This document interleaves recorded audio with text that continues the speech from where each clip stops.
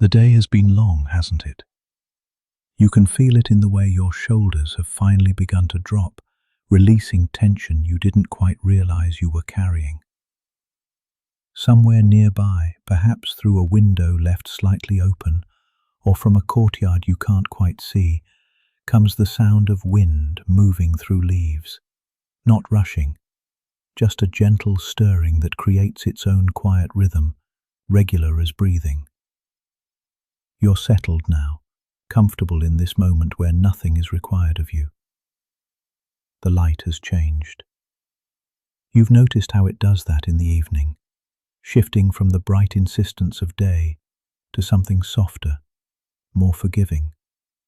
It touches surfaces differently, a wall, the edge of a table, the curve of a glass, transforming ordinary things. Tonight, the sun angles low across Marrakesh, catching the terracotta rooftops and turning them the color of warm honey. The temperature drops, first in the shadows between buildings, then in the open squares, then everywhere, as the desert releases its grip on the day. The first vendors strike matches, touching flame to the wicks of brass lanterns. One flame, then another, then dozens, creating pools of amber light along the narrowing streets.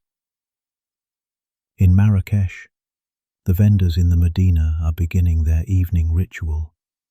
One by one, brass lanterns flicker to life. Not electric, no, these are the ones that still burn oil. Each flame starts small, uncertain, then finds its strength. The brass catches the light and throws it back in warm circles against walls that have absorbed a full day of heat. The city sits where it has always sat, at the foot of the mountains, in a palm oasis. The Berbers who founded it understood something about this spot. How the mountains catch clouds, how the underground rivers flow, how the desert can bloom into green. They built their walls from the earth itself, mixing clay and straw, pounding it into forms that hardened under the sun, into something that has lasted 1,000 years. Those walls still stand, the color of the earth after rain, neither red nor brown, but something in between, something that changes depending on how the light strikes it.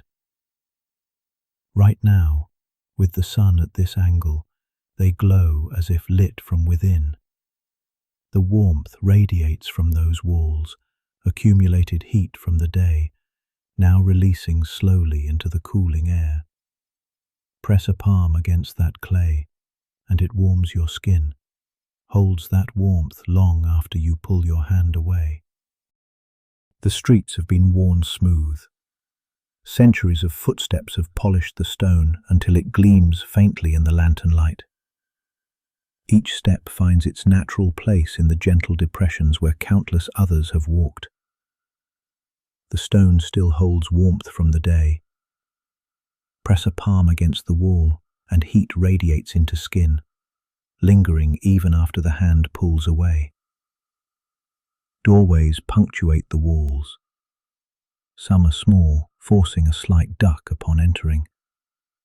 Others rise in pointed arches, carved with patterns that repeat and interconnect, 8 pointed stars flowing into 16 points, geometric precision that never quite lets the eye rest. Cedar aged to silver, palmwood darkened almost to black, and everywhere, that particular blue, cobalt ground fine, mixed with egg white, built up in 20-30 layers until it achieves a depth like looking into deep water. Behind these doors, courtyards open to the sky. From the outside, the riads reveal nothing. Inside, everything opens upward. Orange trees grow in the center, their branches heavy with white blossoms that fall, one by one, onto tiles below. The tiles form patterns, green like mint leaves, white like sun-bleached bone, earth tones matching the walls, each one cut by hand, fired in kilns burning olive wood, glazed and fired again. Right now, in these courtyards, orange blossoms are falling. Just a few at a time, white petals dropping onto the geometric patterns below. They release their scent as they fall, sweet but not cloying, with something almost peppery underneath. The fountains in these courtyards run continuously, water bubbling up from underground sources, creating a sound that masks the noise from the streets outside. The water is cool, even in summer, even in the heat of the day, and now in the evening it creates small currents of cooler air that move through the space. Swallows dive through the air, catching insects in the fading light. Sparrows settle into their roosts along the walls, their sharp conversations softening to occasional chirps. The air itself seems to quiet. Sounds that were sharp become muffled. Voices that carried now fade. Soon the call to prayer will rise. The muezzins take their positions in the minarets. When the moment comes, one voice begins, then another from across the Medina joins a half-second later, then another and another. The sounds layer and overlap, not quite synchronized, creating harmonies that were never planned. 5 times a day for 1,000 years, and still the timing shifts just enough to make each call unique. But that's still to come. Right now, there's this in-between time. The shops are still open, but beginning to think about closing. The last transactions of the day are being negotiated with less urgency than the morning's first sales. Mint tea is being prepared in countless kitchens and cafes, the leaves stuffed generously into silver pots, hot water poured from height to bruise the leaves and release their essence, sugar added in generous quantities. The light continues to change. Shadows grow longer, darker, cooler. The sky above the city shifts through its evening palette, still blue directly overhead, but warming toward the horizon, catching wisps of cloud and turning them gold, then amber, then something close to the color of paprika. The air carries scents that layer and blend, bread from ovens, meat grilling over charcoal, the sweetness of dates, cumin's earthiness, wood smoke, jasmine growing somewhere unseen, the faint musk of leather from distant tanneries. Each breath brings something different, something that wasn't there a moment before. The smooth stones lead forward. The walls on either side still radiate their stored heat. Footsteps echo differently here, softened by the narrow spaces, absorbed by the clay. From somewhere ahead comes the sound of water, not rushing but trickling, fountain to basin, basin to channel, channel to drain, creating its own sphere of cool air that draws you forward. The vendors' brass lanterns cast circles of light that overlap and separate as the path winds deeper. Each pool of light reveals something. A carved door, a cat stretching, an archway leading to another street, another courtyard, another fountain. The evening deepens around these points of light. The sky above the narrow streets shifts from blue to deeper blue to the first suggestion of stars.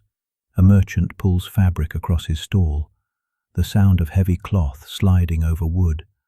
A key turns in an ancient lock. Somewhere, mint leaves bruise under hot water, releasing their sharp sweetness into the cooling air. The Medina settles into its evening rhythm, and the stone beneath your feet leads forward, always forward, into the gentle shadows where the next street waits, and the next, and the next. The streets of the Ville Nouvelle stretch wide and straight, lined with palms that were planted in neat rows decades ago. Now they've grown tall enough that their fronds meet overhead in places, creating tunnels of green shade. The taxi moves slowly through this part of the city, unhurried. The meter ticks quietly, a small mechanical sound barely audible over the engine's gentle rumble. The late afternoon light does something particular to palm fronds. Each leaf catches the sun and turns it into copper, bronze, gold, 1,000 small flames that shift and shimmer with the slightest breeze. Through the taxi window, you watch this play of light and shadow, the way it moves across the dashboard, across your hands, across the worn leather of the seat. The driver knows where you're going without being told. His hands rest easy on the wheel, one elbow out the window. The radio plays quietly, not music but voices, a conversation in Darija that rises and falls with its own rhythm.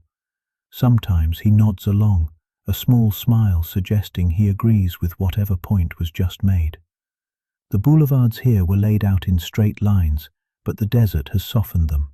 Sand collects in the gutters. The heat cracks the pavement in spiderweb patterns. Between the modern buildings, men in jalabas sit at cafe tables beside others in business suits, all their chairs facing the street. A vendor pushes a cart of dates past a shop window displaying French pastries. Then, ahead, the walls appear. They rise from the earth as if they grew there, as if they've always been there. The color is difficult to name. Not pink, though guidebooks call them that. Not red, though the sunset will make them seem so. They're the color of the earth after rain, when the dust has settled and the clay shows its true hue. The color of pottery before it's glazed. The color that adobe takes after 100 years of sun. The walls run unbroken for kilometers, 12 meters high in places, thick enough that 3 horses could ride abreast on top. But it's not their size that impresses, it's their permanence. They've stood here for 9 centuries. They've seen dynasties rise and fall. They've weathered sandstorms and conquests, French colonization and independence, and still they stand, solid as the mountains visible in the distance. The taxi slows as you approach the gate. There are 19 gates into the old Medina, but Bab Agnaou is different. It was built for sultans, the royal entrance, and you can see it in the details. The stone is cut more precisely here, the arch rises higher. The decorations carved into the sandstone form patterns within patterns, calligraphy that spells out Quranic verses, geometric designs that draw the eye upward, floral motifs that seem to bloom from the stone itself. The driver pulls to the side. The meter stops its quiet ticking. Money changes hands with the kind of easy transaction that needs no words. Then you're standing on the pavement, the modern city behind you, the ancient one ahead. The first thing you notice is the temperature change. It's as if the gate has its own weather system. The stone archway, massive and thick, creates a tunnel of shade that's several degrees cooler than the street. The air moves differently here, slower, heavier, carrying different scents. The exhaust fumes and coffee of the Ville Nouvelle give way to something else, something older. You step through. The wide boulevard narrows to a street barely wide enough for a single car. The straight lines become curves and angles that follow no modern logic. The city sounds change, less traffic, more voices, the clip-clop of a donkey's hooves on stone, someone calling out in Arabic, the splash of water hitting pavement. Just inside the gate, an elderly man sits on a low wooden stool beside baskets of fresh mint. His jalaba is the brown of earth, worn soft from countless washings. His hands move slowly, bundling the mint into small bouquets, tied with strips of palm leaf. The scent is so strong you can taste it, bright, sharp, almost electric in its freshness. When someone stops to buy, he doesn't look up, just continues his work, each movement practiced and precise.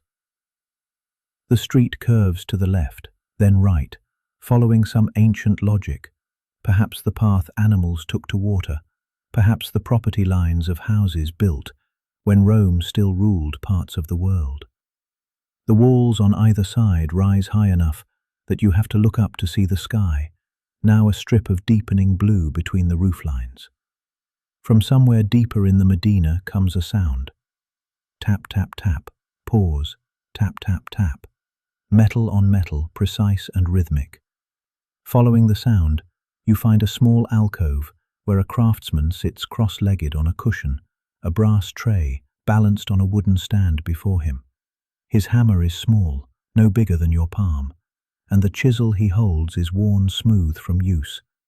He's creating a pattern, geometric, infinitely complex, each strike of the hammer adding another tiny dent that will, eventually, form part of a design that covers the entire surface.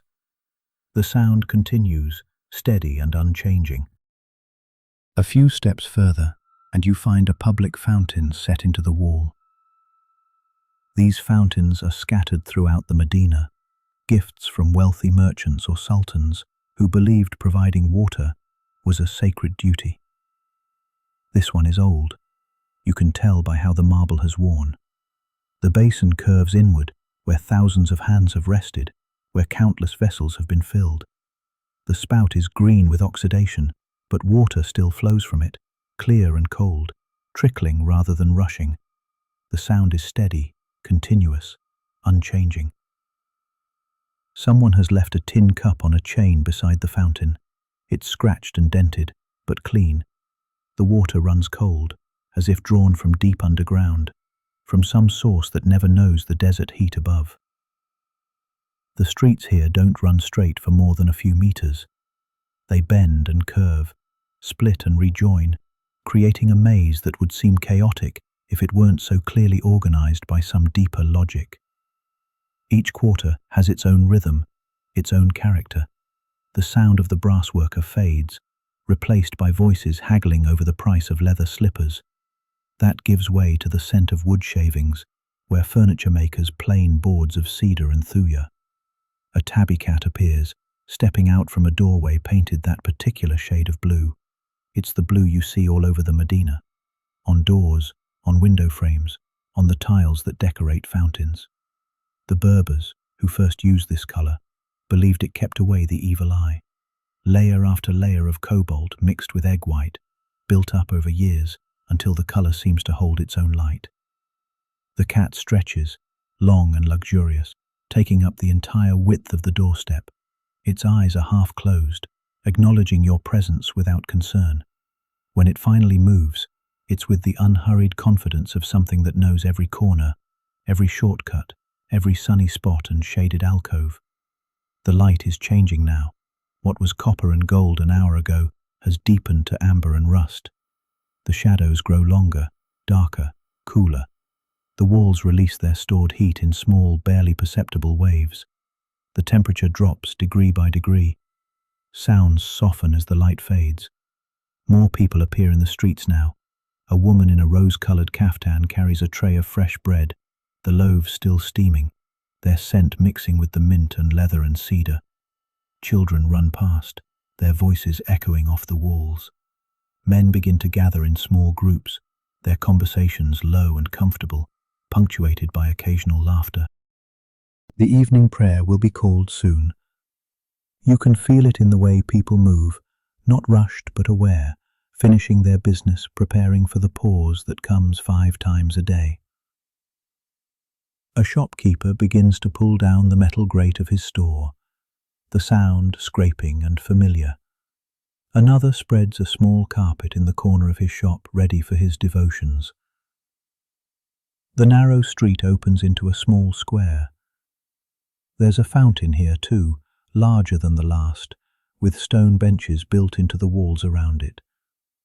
An orange tree grows beside it, its branches heavy with fruit that glows in the fading light. The sound of water is constant, flowing, filling the basin, overflowing into channels that run along the base of the walls, watering the tree. You find yourself on one of these benches. The stone is cool through your clothes. The water falls and falls, its sound blending with voices from nearby doorways, with the rustle of the orange tree's leaves, with the evening birds making their last calls before dark. From somewhere to the left comes the scent of lamb tagine with apricots, the sound of children's footsteps on stone, running, then walking, then stopping. A door closes, another opens. The city is preparing for night the way it has for centuries, gradually, patiently, one small ritual at a time. The fountain's sound continues, neither louder nor softer, neither faster nor slower, just water moving as water moves, from basin to channel, from channel to drain, from drain to the roots of the orange tree whose leaves shiver slightly in air that barely moves. The walls hold the last of the day's warmth. The sky above the square deepens from blue to deeper blue. Someone lights a candle in a window, then another. Small points of warm light beginning to appear as the natural light fades. The stone bench has been worn smooth by countless people sitting exactly here, watching exactly this. The day becoming evening, the city settling, the water continuing its endless movement from source to basin to channel to tree. Your breathing has slowed to match the rhythm of the place. The next breath comes when it comes. The next sound arrives when it arrives. There's no urgency here, only the patient unfolding of another evening in a city that has seen thousands upon thousands of such evenings. The water continues to fall. The orange tree rustles. Somewhere a door opens onto a courtyard where mint tea is being poured. The sound carries clearly in the cooling air, liquid falling from height into a glass, then another glass, then another. The city breathes around you, slowly, deeply, settling into its nighttime rhythm. The evening light filters through the narrow streets differently now, catching on details that were hidden in the full brightness of day. A carved wooden lintel above a doorway, its surface worn but the pattern still clear, interlocking circles that have no beginning and no end. A stone set into a wall at shoulder height, smoother than those around it, polished by countless hands touching it for luck, or balance, or simple habit as they pass. These streets show their age in the wear of stone, in the groove worn by a door that has opened the same way for centuries, in the dip of a threshold where feet always fall. Here, where a corner has been worn round by shoulders brushing against it. There, where the stone steps have been hollowed into shallow bowls, each one holding shadows like dark water. The walls themselves are many walls, a foundation of rough stone covered in mud brick, plastered over, painted, replastered, the paint wearing through to show earlier colours beneath. Yellow showing through white, blue beneath the yellow, and in places where the plaster has fallen away completely, the original mud brick, the same colour as the earth at your feet. Near the main square, tucked between a carpet shop and a bakery whose ovens glow orange in the growing dusk, stands a small dome, the Kuba Ba Adin. Nothing grand about it, nothing that demands attention, but step inside and the temperature drops, 10 degrees cooler. The stone holds the cool of night through the heat of day, has held it for 9 centuries. The dome rises above you, carved stone forming patterns that pull your gaze upward and inward simultaneously. 8-pointed stars contain smaller 8-pointed stars, which contain smaller ones still. Follow any single line and it leads to another, then another, never ending, always returning to where it began. The chisel marks are still visible if you look closely. Each strike a tiny scoop in the stone.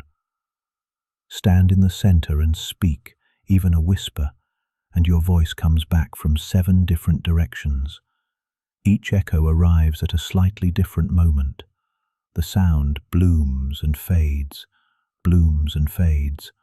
The stone remembers every sound made here.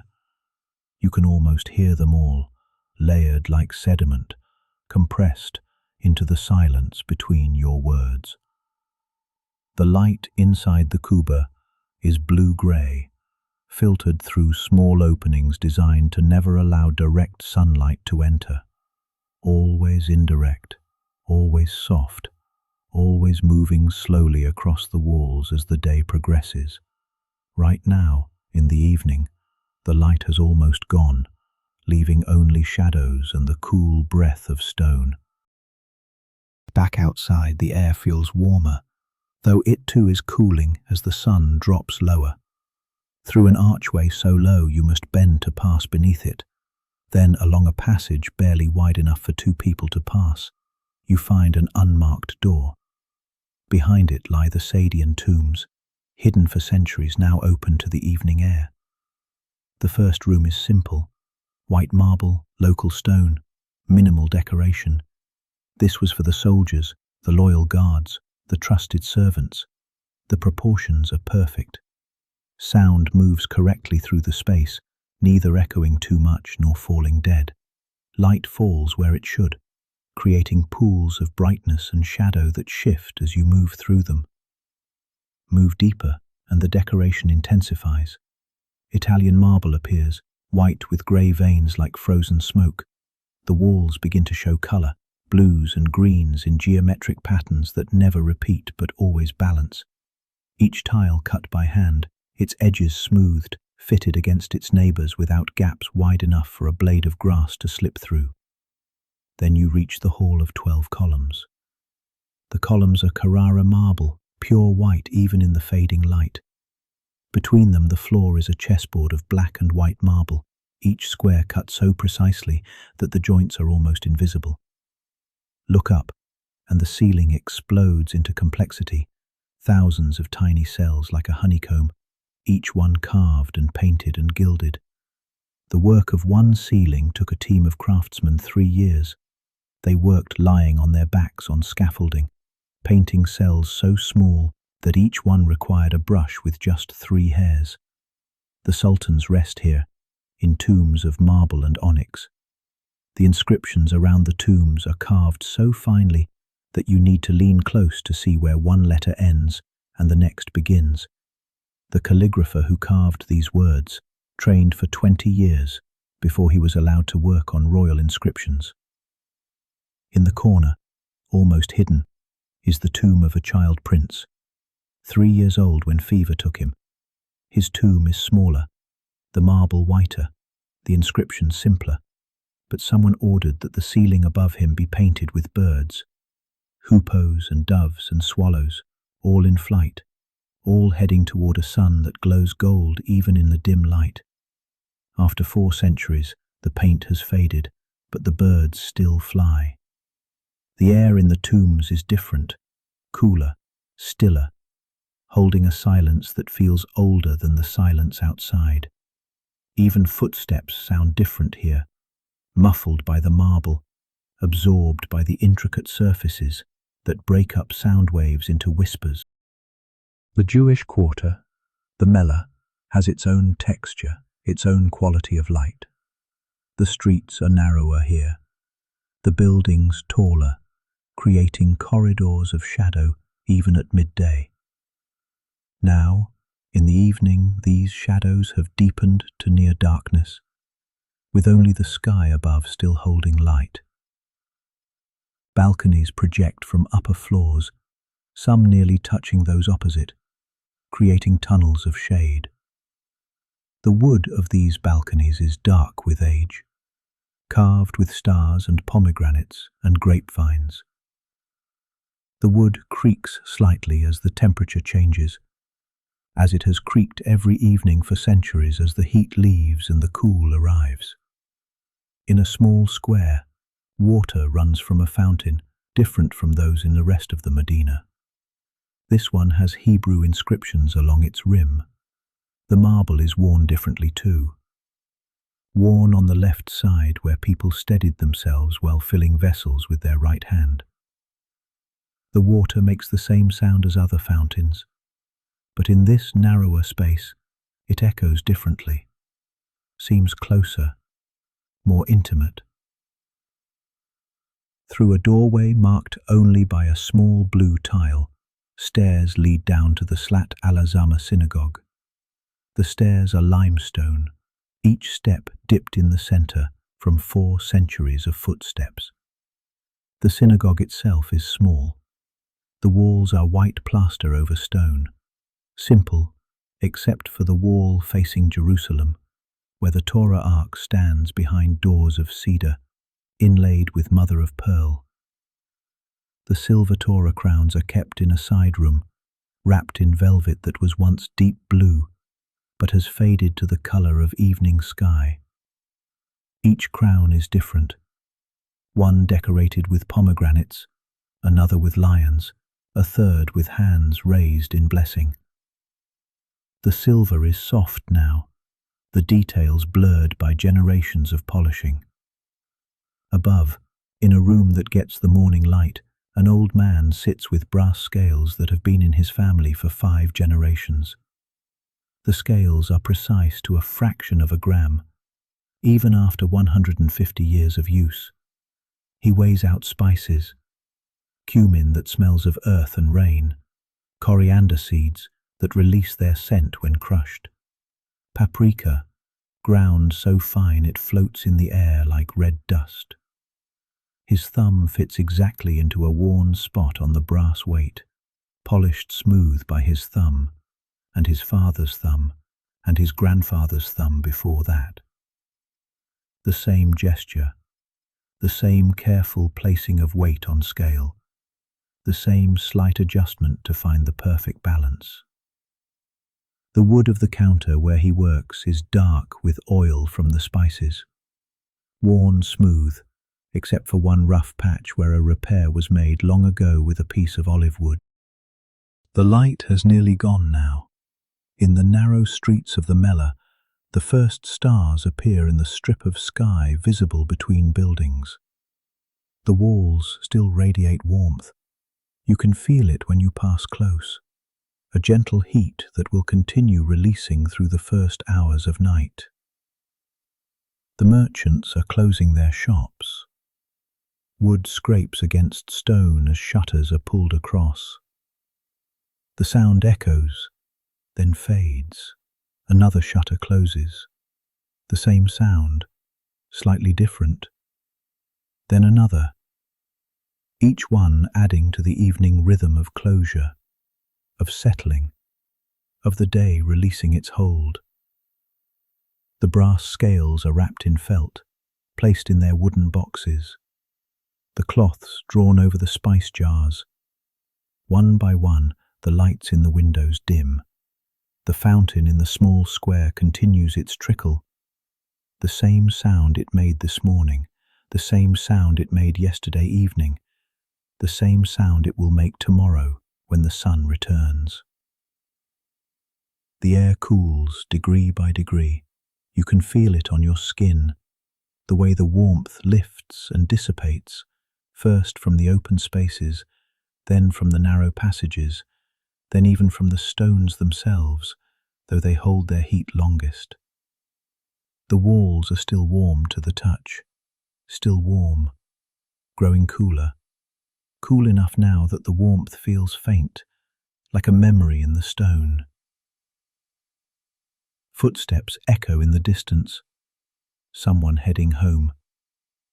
The sound bounces between the walls, multiplies, fades, then quiet.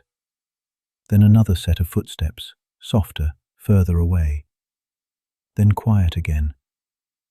The intervals between sounds grow longer. The silence deepens. A cat moves along a wall, its shadow barely visible in the last light. It knows these streets in darkness as well as in day. Its paws make no sound on the stone.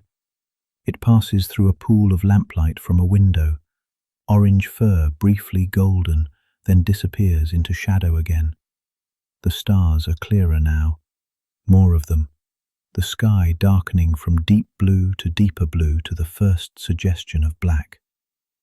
The air moves so slightly you barely feel it, just enough to carry the last scents of the day. Bread cooling in ovens, mint tea in covered pots, the faint sweetness of orange blossoms from a tree somewhere nearby. The fountain continues, water to basin, basin to channel, channel to drain. The sound neither louder nor softer than it was an hour ago, than it was this afternoon, than it was this morning when the city woke. Constant, continuous, reliable as breathing. The city settles into its night rhythm, the same rhythm as last night, the same as tomorrow night. Shutters closing, footsteps fading, lights dimming one by one. The warmth leaving the stones so slowly you can't perceive the change. Only notice that what was warm is now cool. What was bright is now dark. What was day has become night. The shadows have claimed the narrow streets completely now. No more patches of sunlight on walls, no more golden strips across doorways, just the soft, even darkness that comes before true night, when the sky still holds enough light to see by, but the streets themselves have entered their evening rest. You turn into a darb, an alley so narrow your shoulders nearly brush both walls.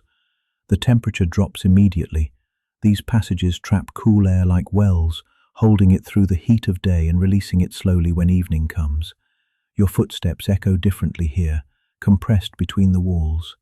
An open doorway appears on the right, marked only by a small brass hand of Fatima nailed to the wooden frame. Through it, unexpectedly, space opens up. A riad courtyard rises 4 stories toward a square of darkening sky. Balconies ring each level, their carved wooden railings creating layers of geometric shadows. In the center, a fountain plays its endless game, water bubbling up from a marble stem, pausing at the peak, then falling back into the octagonal basin below. The sound fills the courtyard without being loud, bubbling up, falling back, bubbling up, falling back. The steady trickle and splash, the gentle disturbance of water meeting water, the soft echo against the courtyard walls. The marble of the fountain has gone green with age where the water runs, creating veins of color in the white stone. Orange trees grow in large ceramic pots at each corner of the courtyard, their leaves dark and glossy even in the fading light. A few white blossoms still cling to the branches, though most have fallen, creating small drifts of petals against the bases of the pots. The scent is stronger now that the air has cooled, sweet but sharp, with something almost metallic underneath. The tiles beneath your feet form patterns that extend from the fountain in all directions, stars within stars, hexagons becoming triangles, becoming squares, all of it flowing together in a design that has no beginning and no end. Some tiles have cracked over the years, and rather than replacing them, someone has filled the cracks with silver, turning damage into decoration, making the floor more beautiful for having been broken. Wooden doors lead off the courtyard at ground level, each one painted that deep green that appears almost black in this light. The paint has built up in layers over the years, creating a surface with depth, with history, with its own topography of brushstrokes and time. Brass fixtures have been polished so many times they've worn thin in places, the metal soft and warm to the touch. From the riad, you drift back into the streets, following the scent of spices that grows stronger with each turn. The souks are quieter now than they were this afternoon. Many of the tourist stalls have closed, leaving only the shops that serve the people who live here, who buy their saffron by the gram and their cinnamon by the stick. The spice seller's quarter announces itself first through scent, then through color. Even in the dimming light, the pyramids of paprika glow, some the red of sunset, others the orange of marigolds. still others, a deep burgundy that's almost brown. Each pyramid rises to the height of a child, shaped with a flat paddle that the merchant wets between uses to keep the spice from sticking. The surfaces are smooth, perfect cones that narrow to precise points. Cinnamon bark fills wooden boxes, the rolls nested inside each other like scrolls of ancient paper. When the merchant breaks a piece to show its quality, the snap is clean and the scent immediate, warm, sweet, with an edge that makes your mouth water. Whole nutmeg rattles in glass jars, each one light as balsa wood, covered in a lace of lines, like a map of unknown countries. Black pepper, white pepper, long pepper from Indonesia that looks like tiny pine cones, cumin seeds that smell of earth after rain, coriander that releases its perfume only when crushed, star anise like wooden flowers, cardamom pods, green as jade, cloves that leave their oil on your fingers for hours after touching them. The merchants sit behind their wares on low stools, some reading newspapers in the light of single bulbs, others talking quietly with neighbours, their voices creating a low murmur that blends with the evening sounds. When someone buys, the ritual is always the same.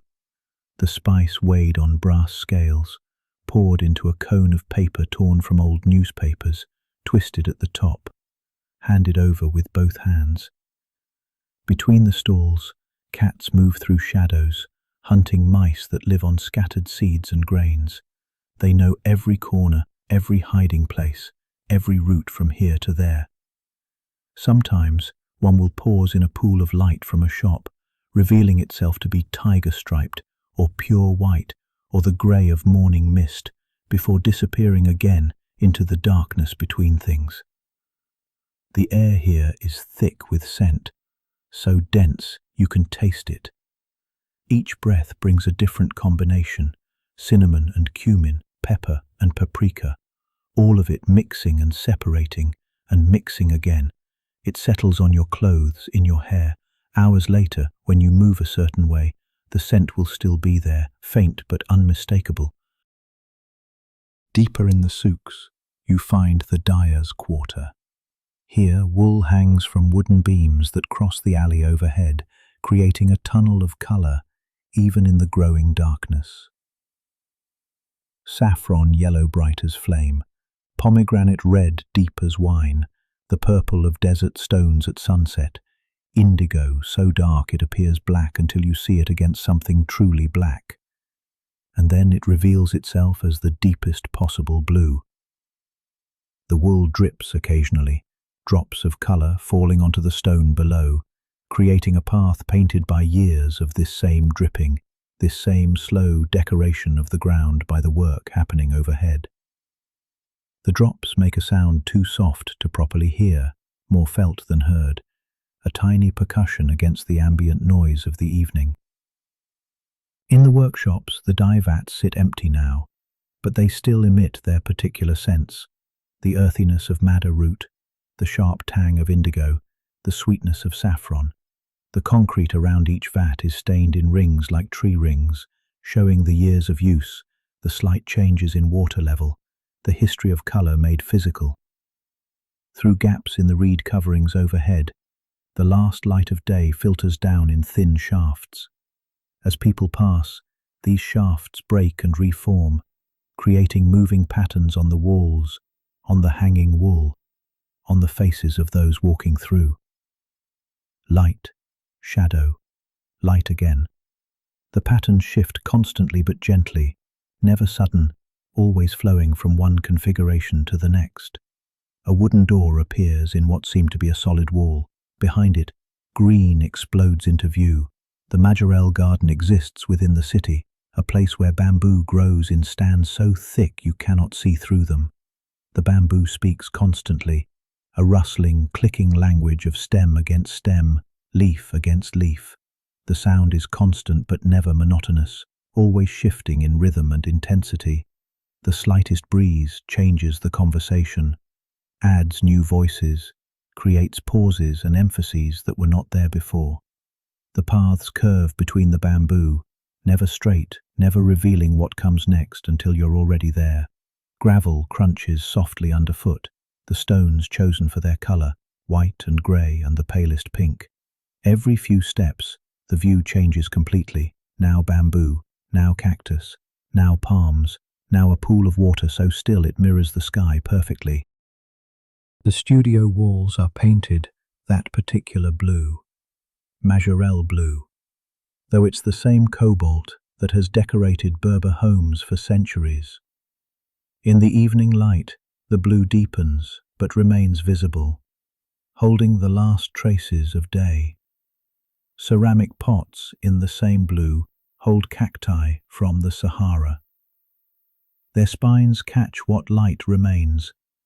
Some are flowering, bursts of yellow, pink, white against the green.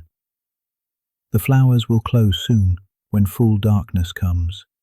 For now, they remain open, still receiving whatever light they can find. The bamboo continues its clicking, stem against stem, leaf against leaf. The sound neither increases nor decreases, just continues, reliable and steady. A turtle dove coos from the palms, low and rhythmic, then quiet. Then the same call again. The pools throughout the garden hold still water, no wind to disturb them, no movement except the occasional frog sending ripples out in circles. The ripples reach the edges, return, cross each other, fade. The water becomes still again. The air has cooled. You can feel it on your skin, in your lungs. Each breath brings the scent of water, of green plants, of earth that has been watered, and is now releasing that moisture back into the air. The garden breathes out what it took in during the heat of the day. The gravel path crunches softly underfoot, then gives way to packed earth, silent. The bamboo thickens, opens into a clearing, another bench, another view of water, of cacti, of palms. The same elements repeated in different arrangements. The light continues to fade. What was green becomes grey. What was bright becomes dim. Only the blue walls remain clearly visible, as if they generate their own soft light. Everything else merges slowly into the general darkness. The bamboo clicks on. The water remains still. A bird settles somewhere overhead, a brief rustle of wings, then quiet. Another bird, the same sound, then quiet. The intervals between sounds grow longer. The garden holds its evening sounds. Water barely moving in the pools. Bamboo in its constant conversation with the breeze. Soil cooling, contracting, settling after the day's heat. These sounds continue. They will continue through the night, through tomorrow's heat, through tomorrow's evening. The same sounds, the same cooling, the same slow fade from day into night. Soon, the streets will call you back. The stone and centuries wait outside this green space. But there's no hurry. The garden is patient. The bamboo continues clicking. The water remains still. The blue walls hold their color in the darkness. Everything here moves at its own pace, which is no pace at all, just the gentle persistence of growing things, of water finding its level, of evening becoming night slowly, gently, completely. A narrow stairway leads upward, each step worn into a gentle curve. The walls on either side are close enough to touch with both hands, and as you climb, the sounds of the street below grow fainter, replaced by the evening sounds of the Medina from above. The stairs open onto a rooftop terrace, and suddenly the city reveals itself. The Medina spreads out in every direction. a landscape of flat roofs at different heights, creating terraces and levels that step up and down irregularly. Each rooftop holds its own small world, gardens in paint cans, laundry lines, the occasional chicken coop. Sheets hang from lines stretched between poles, moving slightly in air that barely stirs. White fabric, then blue, then the brown of a jalaba. They move just enough to show the air is moving, creating shadows that shift on the terracotta surfaces below. The mountains rise to the south, no longer dusty brown but purple-black silhouettes against a sky holding the last memory of blue. Snow still caps the highest points, small patches of fading light. On a terrace 2 roofs away, a family has gathered around a low table. The grandmother sits on cushions, her back straight despite her age. Someone brings out a tray.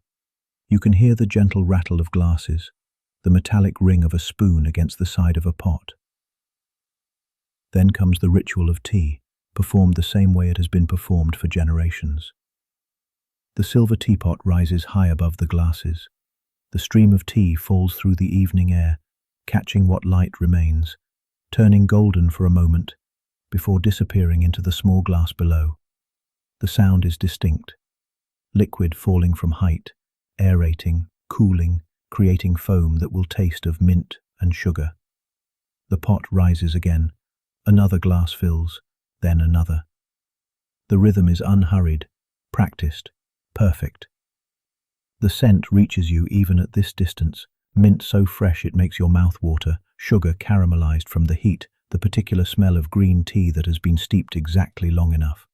It mixes with other scents rising from other terraces, bread baking, tagines simmering, the smoke from charcoal braziers where the day's last coals still glow orange in the growing darkness. From the minaret of the nearest mosque, the muezzin clears his throat.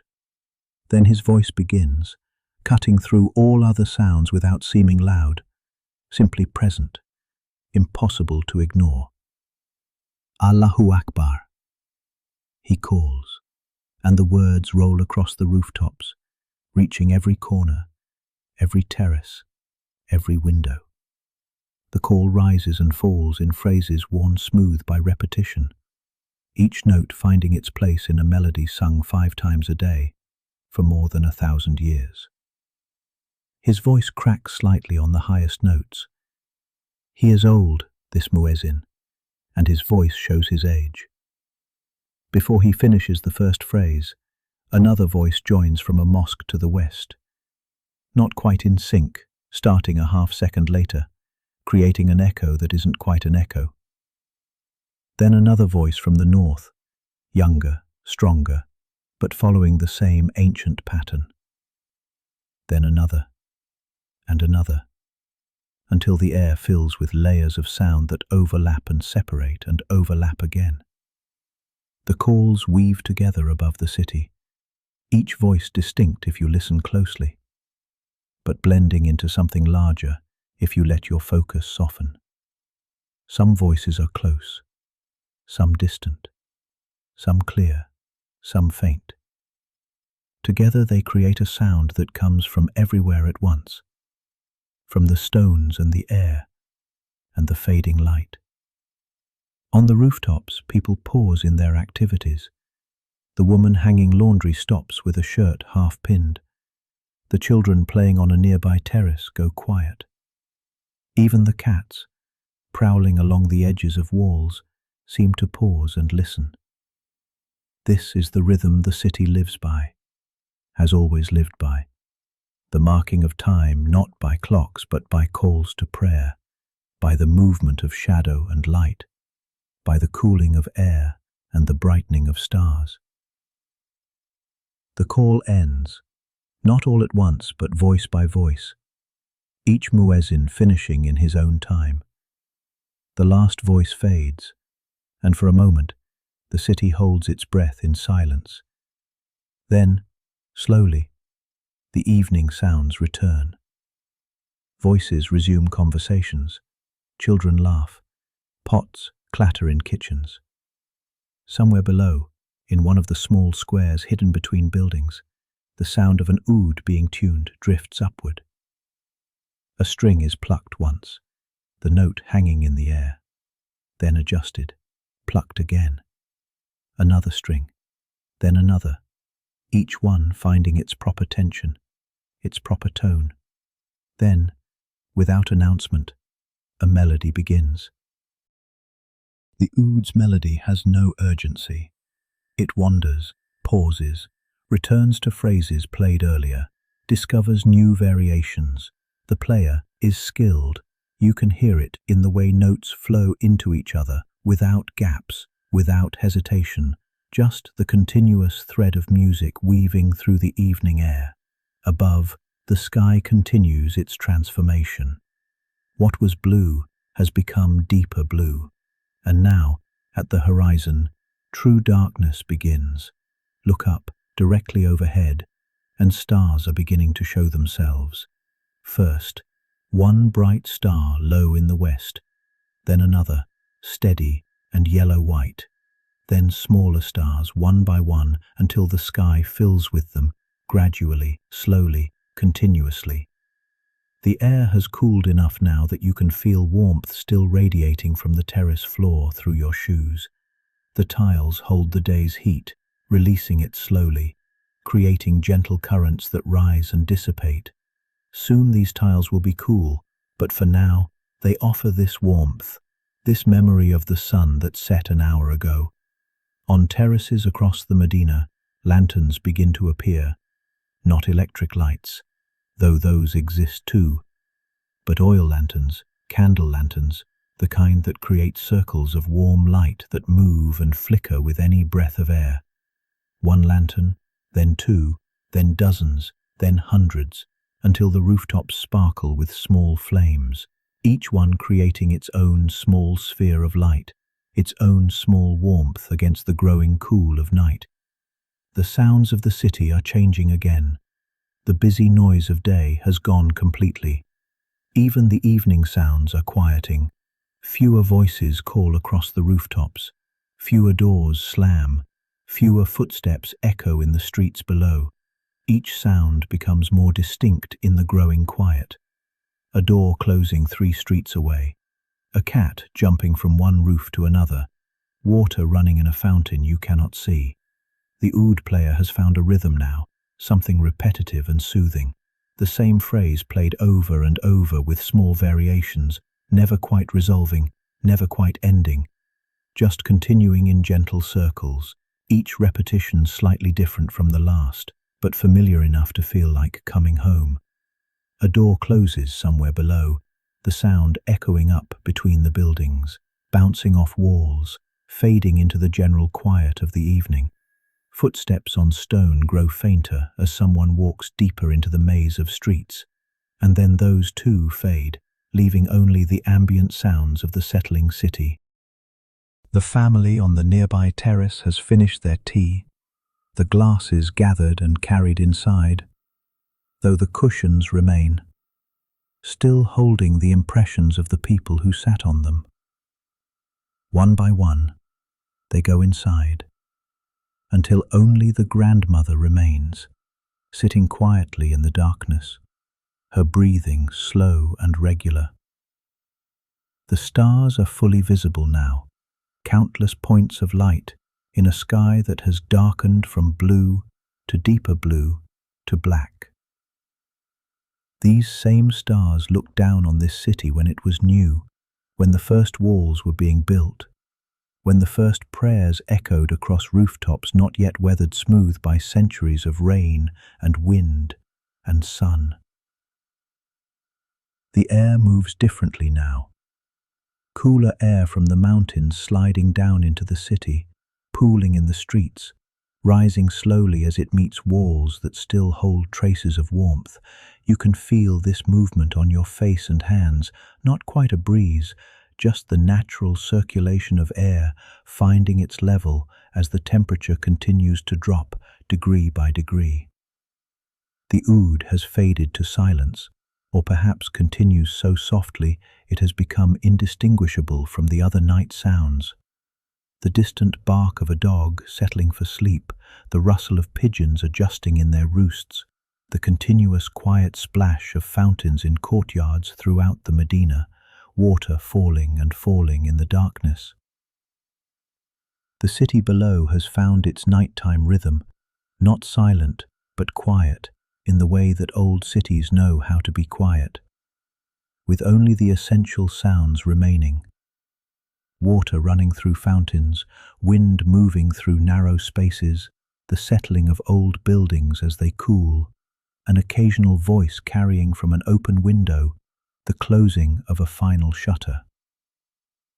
From here, from this height, the city rests beneath the stars, the same stars that rise each night, the same cooling of stone that happens each evening, the same transition from day into night. The air continues to cool against your skin. Your breathing has slowed to match the rhythm of the place. The next breath comes when it comes, the next sound arrives when it arrives. The fountain continues its splash in the darkness below. A cat moves silently across a nearby roof. The stars brighten as your eyes adjust. The city sleeps, and you with it, held in the cooling air, the quieting sounds, the deepening darkness of another night in Marrakesh.